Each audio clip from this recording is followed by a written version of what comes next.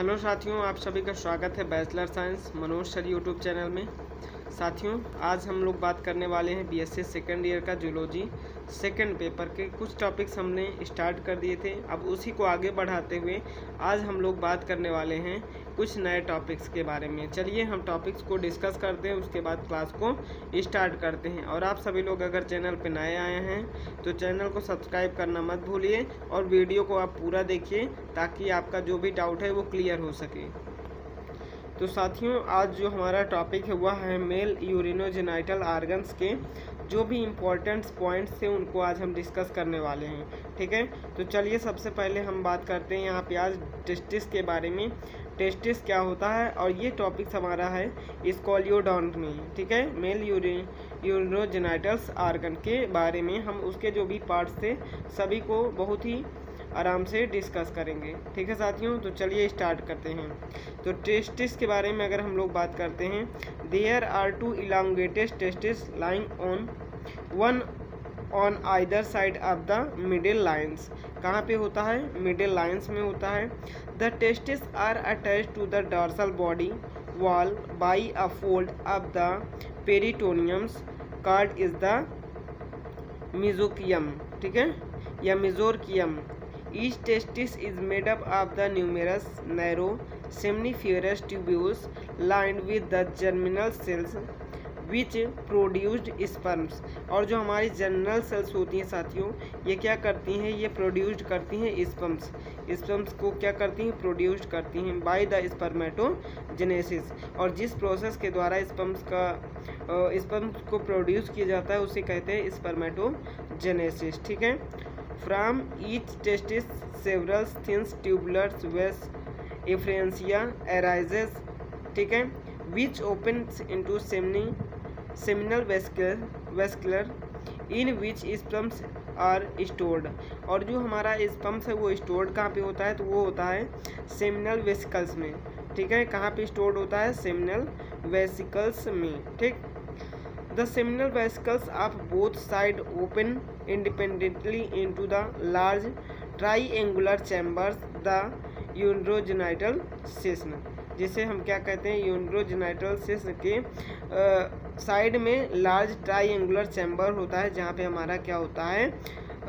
Sperms जो होता है वो क्या होता है साथियों? स्टोर्ड होता है। ठीक है, तो आपको ये समझ में आ गया होगा। चलिए आगे हम तो यहाँ पे आप देख सकते हैं which in terms opens into the cloaca on either side of the urogenital cistern arises a cup-shaped sperm sac। और उसमें क्या होता है? एक स्पर्म सैक्स पाई जाती हैं यूरोजेनिटल सिस्टम में। ठीक है, अब आइए हम साथियों अगले जो पॉइंट्स हैं उनको बारी बारी से डिस्कस करेंगे आज। ठीक है, एक्सेसरी रिप्रोडक्टिव ऑर्गन। ठीक है, क्लैस्पर्स। These are grouped elongated of the pelvic fin. The sperms from the cloaca pass into the claspers at the ear are the transferred of the female, thus acting as penis। ठीक है, जो क्या करता है? जब जैसे ही फीमेल का active होता है पेनिस तो वो क्या करता है? ट्रांसफर्ड करता है।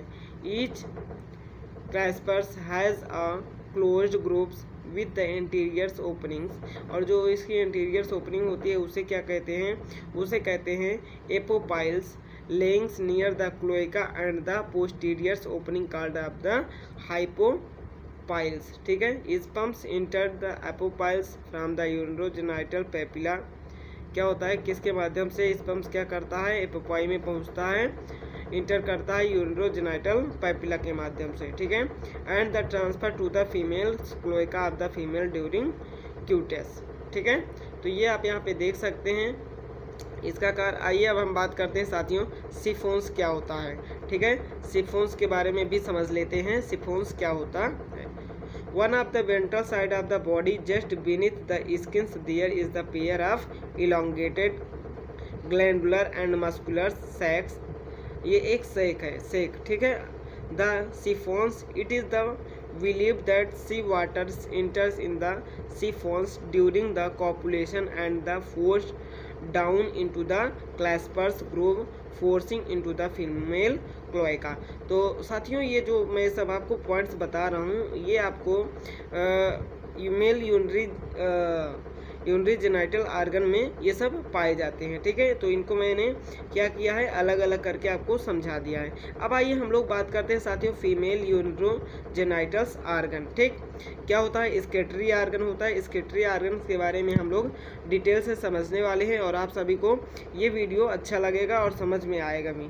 ठीक है, the excretory organs of females differ from those of the male organs in the followings. तो जो फीमेल का रिप्रोडक्टिव आर्गन होता है मेल के रिप्रोडक्टिव आर्गन से अलग होता है। ठीक है, तो आप फर्स्ट पॉइंट से समझिएगा, there is no direct connectings between the kidney and the genitals organ. तो इनका जो होता है डायरेक्ट कनेक्शन नहीं होता है। ठीक है, the anterior part of each kidney is the extremely reduced and non excretory. ठीक है, थर्ड नंबर है both the ureters unite behind into the common medians ureters which opens by the single medians urinary apertures into the triangular chambers in the urinary cyst।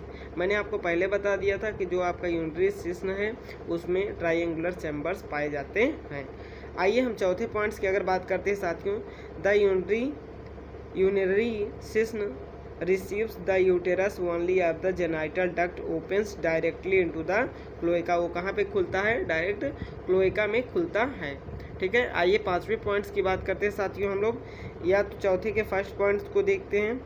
N anterior part which is the degenerated and reduced to a narrow tapering stand which is non renal and non functionals. जो हमारे anterior part होते हैं वो degenerate होते हैं and reduced होते हैं और वो क्या होते हैं, no renal and no functionals होते हैं। ठीक है, सेकेंड पॉइंट क्या होता है, a broad posterior part which contains uriniferous tubules. और इसमें क्या होता है, यूनरी फेरस टिब्यूल्स पाए जाते हैं जो पोस्टीरियस पार्ट में होते हैं। ठीक है, अगर हम अगले टॉपिक की बात करें, अगले पॉइंट्स की बात करें, तो from the inner margins of kidney arises a ureter or the Wolffians duct into which opens in the uriniferous tubules. The two ureters unite of to from a common ureter which opens in the large medians urinary cyst। This opens in the cloaca by the aperture. ठीक है, तो आप यहाँ पे देख सकते हैं मैंने आपको समझा दिया फीमेल रिप्रोडक्टिव आर्गन्स के बारे में भी। ठीक है, अब आइए हम बात करते हैं रिप्रोडक्टिव आर्गन। अभी वो थे यूनरी जेनाइटल आर्गन, अब हम बात करेंगे रिप्रोडक्टिव आर्गन्स के बारे में। ठीक, तो ये देखिए ये ओवरीज है, ये ओविडक्ट है। तो सबसे पहले ओवरीज को समझ लेते हैं, ओवरीज क्या होता है, उसके बाद ओविडक्ट के बारे में हम लोग जानेंगे। ठीक, तो देखिए दीज आर पेयर्ड आर्गन। ये कैसे होते हैं, पेयर्ड आर्गन होते हैं। These are lobulated and are situated one of the in either side of the vertebral columns। ठीक है, वर्टिबल कॉलम्स के क्या होते हैं, आइदर साइड में होते हैं। Just behind the base of liver, जैसे ही लीवर का जो बेस होता है उसी के जस्ट बिहाइंड होते हैं। These are suspend in the body cavity of the mesovariums. और इसमें जो बॉडी कैविटी होती है उसे क्या कहते हैं, मेसोवेरियम्स कहते हैं। But when the ovary in front and cloacals या caecal gland behind extend a long tubular stand of tissues the epigonal organs. और जो लॉन्ग क्या होता है आपका टिश्यू होता है स्टैंड, उसे क्या कहते हैं, एपिगोनल ऑर्गन्स। ठीक है, अब आइए हम बात करते हैं ओविडक्ट के बारे में। किसके बारे में, ओविडक्ट के बारे में। तो ओविडक्ट क्या होता है साथियों, इसको समझना है। The two oviduct are the well developed Mullerians duct extend the interiors length of the body cavity. ठीक है, क्या होता है, length of the body cavity. Each oviduct is a long thick walled musculars. कैसे होते हैं, लॉन्ग थिक वॉल्ड और मस्कुलर्स। चलिए हम लोग ओविडक्ट के बारे में देख रहे थे, तो यहाँ पे ध्यान से देखिए। Tube and there the interiors narrow end units and open into the coeloms by ovicals funnels. Each oviduct drank backward for the short distance and then enlarged to forms the cell's gland. It secretes a thin membrane over the descend in fertilize eggs. क्या होता है? Fertilise eggs होता है। आप इसको अच्छे से देख लीजिए। The oviduct then again narrow and then it again dilates to form sac-like uterus. The uterus of both sides of the unit to forms a short vagina. ठीक है, क्या करता है? short vagina which opens into the cloaca by large apertures. ठीक है, तो आप इसको देख सकते हैं, नोट कर सकते हैं और लिख सकते हैं, अच्छे से समझ सकते हैं। ठीक है, the oviducts have no direct communications with the ovaries so that the mature ova are the first set into the abdominal cavity and later forced by the actions of the body muscles. ठीक है, into the oviduct through the single oviductal funnels. ठीक है, fertilize यहाँ पे आप देख सकते हैं fertilizations occur into the section of oviduct between the oviducal funnels. ठीक है, and cell gland. The fertilized ova came into the uterus. और जो fertilized ova होता है वो कहाँ पे आता है? यूटेरस पे आता है। तो आप ये देख सकते हैं, ये डायग्राम्स के माध्यम से, ये आपका ओविडकल फनल होता है, ये आपका ओविडक्ट होता है, ये लीवर होता है, लीवर के बेसल साइड से ये अटैच होता है, और ये आपका ओवरी है, ये आइसोफेगस ट्यूब्यूल्स है। क्या है? आइसोफेगस ट्यूब्यूल्स है। यहाँ पे आप देख सकते हैं, ये इपोगोनियस आर्गन है, जहाँ से आपका क्या होता है? ये ओवरी से अटैच होता है, ये सेल ग्लैंड्स हैं। ठीक है, और ये एंटीरियर रीजन ऑफ किडनी है। ये क्या है? एंटीरियर रीजन ऑफ किडनी है। और आप देख सकते हैं यहाँ पे साथियों, इस तरीके से ये आपका रेक्टल है। ठीक है, सिकल ग्लैंड है, रेक्टम है, ये जिसे रेक्टम कहते हैं, ये openings of the uteri into the cloaca है, और ये यूरिनरी पैपिला है। ठीक है, अब ये open of the रेक्टम्स into cloaca ये पेल्विक फिन है, एंड द एब्डोमिनल और पोर है। तो आई होप साथियों आपको ये पूरा समझ में आ गया होगा। और अब हम नेक्स्ट वीडियो में बात करेंगे आपसे what are the salient features of lungs fishes. ठीक है, नेम द लिविंग जेनरा। तो सबको हम डिस्कस करेंगे। तो आई होप आप सभी को क्लियर समझ में आ गया होगा। अगर क्लियर समझ में आ गया है तो सभी लोग चैनल को सब्सक्राइब कर लीजिए, बेल आइकन दबा लीजिए। Thank you.